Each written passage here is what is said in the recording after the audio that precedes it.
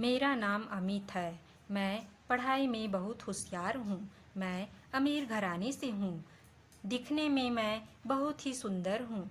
हर समय पढ़ते रहना मुझे अच्छा लगता है और स्कूल के शिक्षक भी मुझे पढ़ता हुआ देख बहुत खुश होते हैं। मैं अपने स्कूल का टॉपर बच्चा हूँ। मैं अपने माता पिता की एक ही संतान हूँ और मेरे माता पिता मुझसे बहुत प्यार करते हैं। क्लास की सभी लड़कियां मेरी दीवानी हैं। मेरी नसीली आंखें हर किसी को अपनी ओर आकर्षित करती है। हर कोई मेरी तारीफ करता है। बात उस समय की है जब हम 10वीं कक्षा में पढ़ते थे। गर्मी की छुट्टियों के बाद जब स्कूल खुले तो हम सब ने स्कूल जाना शुरू किया था और पहले ही दिन मेरी टक्कर स्कूल में आई एक सुंदर सी लड़की के साथ हो जाती है। वो लड़की मुझे बहुत भला बुरा कहती है, लेकिन मैं उसको ही देखता रहा और मुस्कुराता रहा। जब हम अपनी कक्षा में गए तो आगे वो लड़की हमारी ही कक्षा में थी। दरअसल हमारे शहर में उसके पिताजी की बदली हुई थी और इसलिए अपनी 10वीं की पढ़ाई पूरी करने के लिए उसने हमारे ही स्कूल में दाखिला लिया था। उस सुंदर लड़की का नाम श्रद्धा था। श्रद्धा भी पढ़ने में मेरी तरह बहुत होशियार थी। मैंने जब श्रद्धा को अपनी ही कक्षा में देखा तो वो खुशी से झूमने लगा, क्योंकि मुझे श्रद्धा से प्यार हो गया था।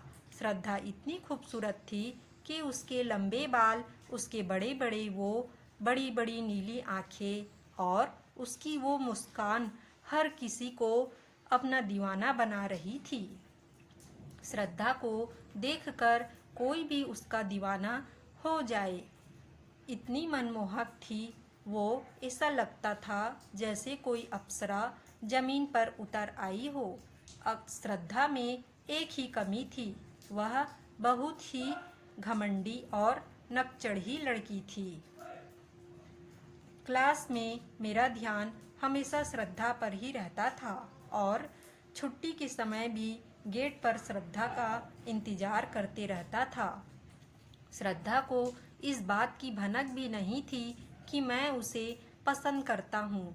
एक दिन जब मैंने दोस्तों ने मुझे मजबूर किया कि मैं श्रद्धा को प्रपोज करूँ, मैं बहुत ही हिम्मत जुटाकर श्रद्धा के सामने जाकर खड़ा हो गया और उसके सामने दोस्ती का प्रस्ताव रखा। लेकिन श्रद्धा बहुत ही गुस्से से बोली कि मैं तुम जैसे मिडिल क्लास लड़कों से नफरत करती हूँ, और ये कहकर वह वहाँ से चली गई। मैं एकदम टूट गया था। मैं चुप चुप रोने लगा था। ना दोस्तों के साथ मस्ती, ना ही अब मैं श्रद्धा को देखता था। बस अंदर ही अंदर रोता रहता। एक दिन जब शाम को अपने पास की दुकान पर घर का कुछ सामान लेने गया था तो वहाँ एक औरत भी थी जो काफ़ी थकी हुई दिख रही थी, और जैसे ही वह अपने घर को जाने लगी तो अचानक उनको चक्कर आ गया और वो ज़मीन पर गिर गई। मैंने जल्दी से एम्बुलेंस को फ़ोन किया और उन्हें हॉस्पिटल ले गया। जैसे उस औरत को थोड़ा होश आया तो उसने कहा, बेटा, मेरे घर वाले परेशान हो रहे होंगे, उन्हें फ़ोन करके बता दो कि हम यहाँ हैं। मैंने उस औरत से घर का नंबर लिया और फ़ोन किया। फ़ोन एक लड़की ने उठाया जो और कोई नहीं बल्कि श्रद्धा थी, और वो श्रद्धा की माँ थी। श्रद्धा अपने पिताजी के साथ हॉस्पिटल में पहुंच गई थी। जैसे ही वो अपने माँ के पास जाती है तो पास में मुझे खड़ी देखकर हैरान हो जाती है, और श्रद्धा की माँ श्रद्धा को कहती है, अगर आज यह लड़का नहीं होता तो शायद मैं आपके साथ नहीं होती।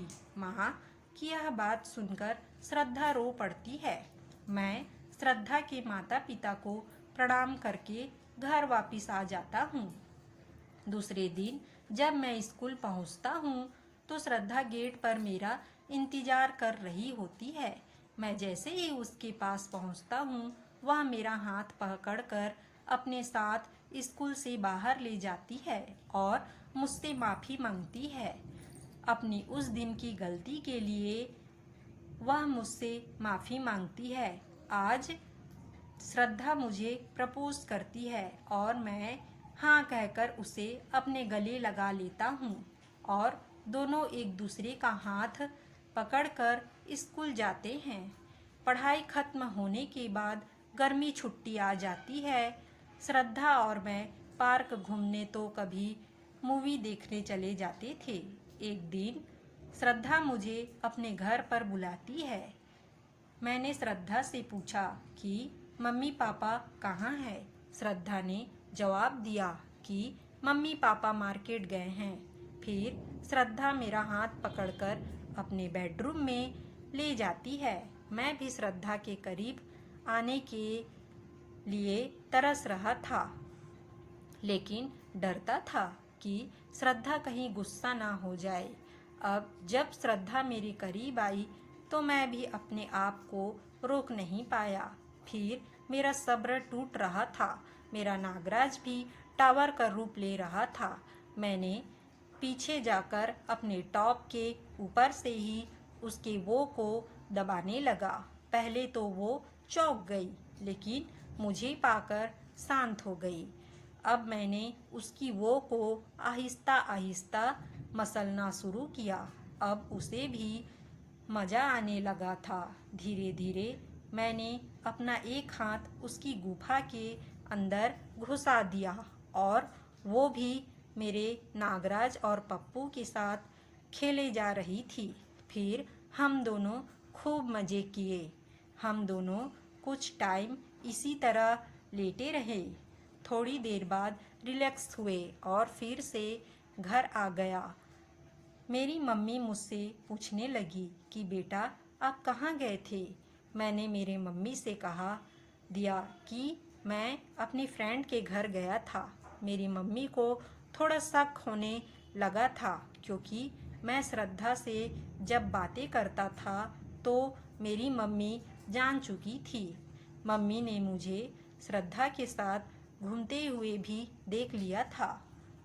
एक दिन मैंने भी श्रद्धा को अपने घर बुलाया था। मेरी मम्मी मार्केट गई थी, लेकिन मम्मी पैसे घर पर भूल गई थी, तो उसे घर वापस आनी पड़ी।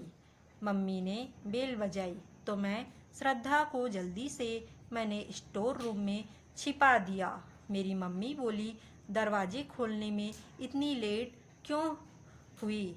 मैंने मम्मी से कह दिया, मम्मी मैं कुछ काम कर रहा था।